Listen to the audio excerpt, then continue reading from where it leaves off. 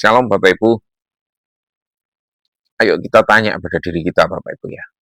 Siapa sih kita ini? Kita adalah bagian dari rencana Allah, bagian dari rencana berkat Tuhan atas seseorang. Bapak Ibu dan saudara-saudara yang dikasih Tuhan ya. Di dalam keheningan hati, sering kita itu lupa bahwa hidup ini bukan hanya perjalanan pribadi Bapak Ibu. Kita adalah helai-helai benang di dalam permadani rencana Allah.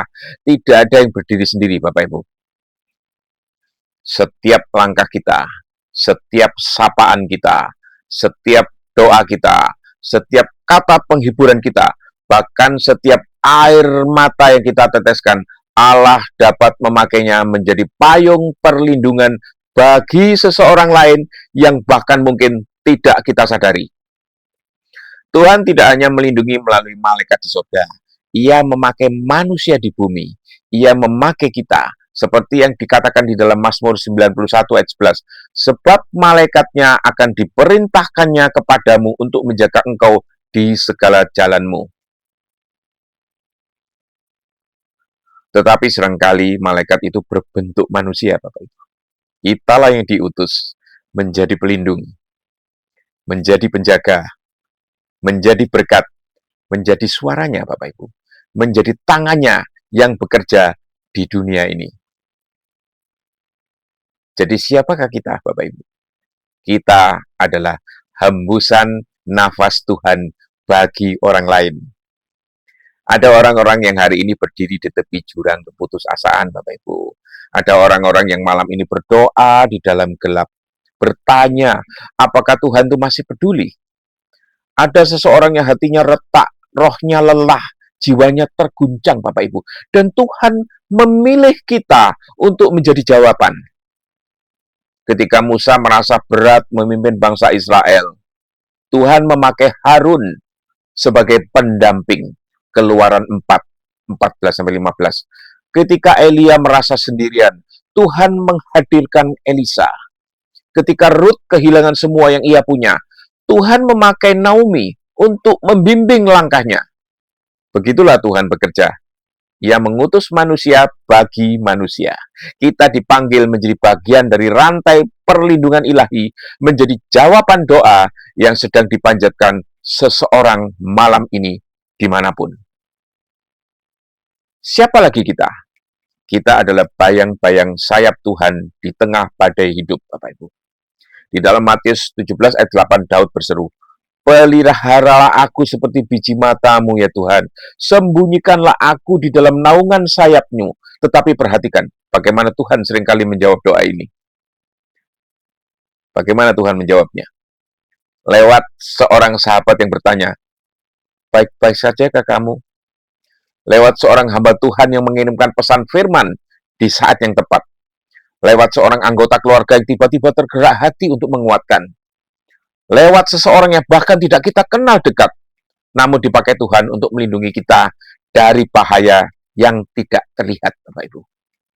Tuhan menuduhkan badai, tapi Ia sering memakai kita untuk memayungi seseorang di dalam badai itu.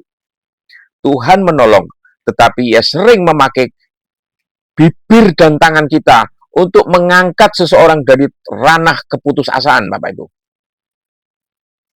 Siapa lagi kita? Kita dipanggil menjadi perpanjangan tangannya. Di dalam Yesaya 22 ayat 30 Tuhan berkata, aku mencari seorang di antara mereka yang harus mendirikan tembok dan berdiri di celah bagi negeri ini. Tuhan masih mencari orang-orang yang mau berdiri di celah bagi orang lain. Di dalam doa, di dalam perhatian, di dalam suatu tindakan nyata, Bapak Ibu. Kadang-kadang perlindungan Tuhan itu bukanlah mujizat spektakuler, Bapak Ibu, tetapi kehadiran sederhana seseorang yang setia berdiri di celah. Mungkin seseorang selamat dari depresi karena engkau mendengarkannya. Mungkin seseorang tidak jatuh di dalam dosa karena engkau mengingatkannya. Mungkin seseorang tetap bertahan karena engkau mendoakannya tanpa lelah. Mungkin seseorang itu menemukan kembali arah hidupnya karena engkau tidak menyerah terhadapnya. Kita sering tidak sadar bahwa kita ini sedang dipakai Tuhan, Bapak Ibu. Tetapi sorga mencatat setiap kata, setiap pelukan, setiap doa, setiap langkah kecil kesetiaan. Kita adalah pelindung yang dihadirkan Tuhan di waktu yang tidak disangka, Bapak Ibu. Perhatikan kisah Yusuf. Ia dijual ke Mesir, bukan karena kebetulan, Bapak Ibu. Ia ditempatkan di rumah Potifar, bukan karena keberuntungan, Bapak Ibu. Ia dipenjara bukan karena kegagalan. Semua itu adalah bagian dari rencana Tuhan untuk menyelamatkan banyak orang. Kejadian 50 ayat 20. Kadang Tuhan menempatkan kita di posisi tertentu, pekerjaan tertentu, pertemuan tertentu, bahkan masalah tertentu, agar kita dapat menjadi perlindungan bagi seseorang yang akan Tuhan kirimkan di dalam hidup kita. Tidak ada langkah yang sia-sia di dalam hidup orang percaya. Setiap hidup orang percaya, setiap perjumpaan mengandung maksud, setiap hubungan mengandung misi, setiap musim mengandung panggilan. Dan panggilan itu seringkali adalah menjadi perlindungan Tuhan bagi seseorang yang lain. Roh Tuhan membuat kita ini pekah menjadi penjaga jiwa, Bapak Ibu.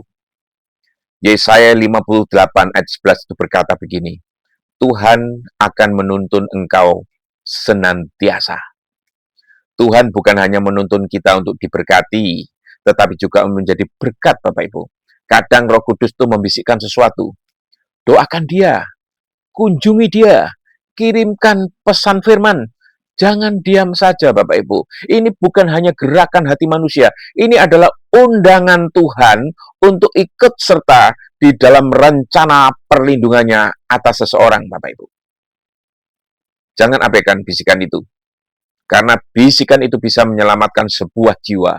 Dan mungkin kita tidak akan pernah tahu dampaknya sampai kita berdiri di hadapan tahta Kristus kelak.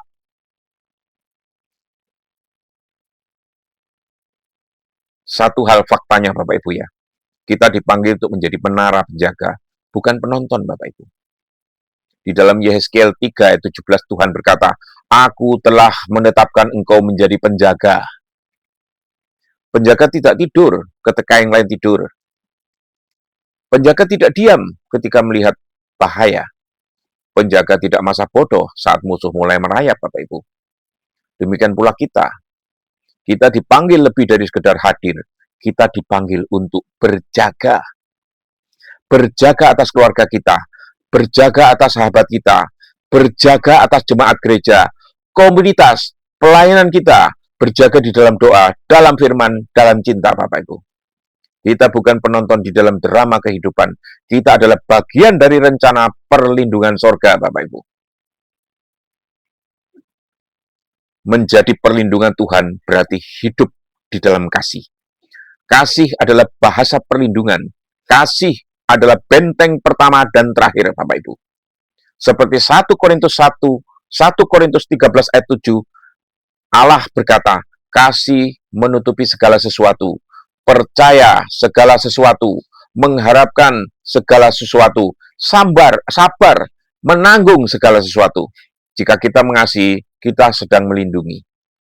Jika kita sabar, kita sedang melindungi. Jika kita menasihati dengan lembut, kita sedang melindungi. Jika kita menolak kejahatan dengan kejahatan, kita sedang melindungi. Kasih adalah payung terbesar yang Tuhan tempatkan di atas seseorang, dan kadang kitalah yang memegang payung itu untuk mereka, Bapak Ibu. Kesimpulannya, kita adalah tangan-tangan Tuhan di dunia ini. Bapak Ibu dan saudara-saudara terkasih, di dalam rencana besar Allah, tidak ada kebetulan. Tidak ada orang yang melintas begitu saja. Tidak ada hati yang singgah tanpa alasan, Bapak Ibu. Kita adalah bagian dari rencana perlindungan Tuhan. Kita adalah penjaga yang Ia pilih. Kita adalah benteng yang Ia bangun, Bapak Ibu. Kita adalah suara yang Ia ucapkan, dan kita adalah tangan yang Ia ulurkan.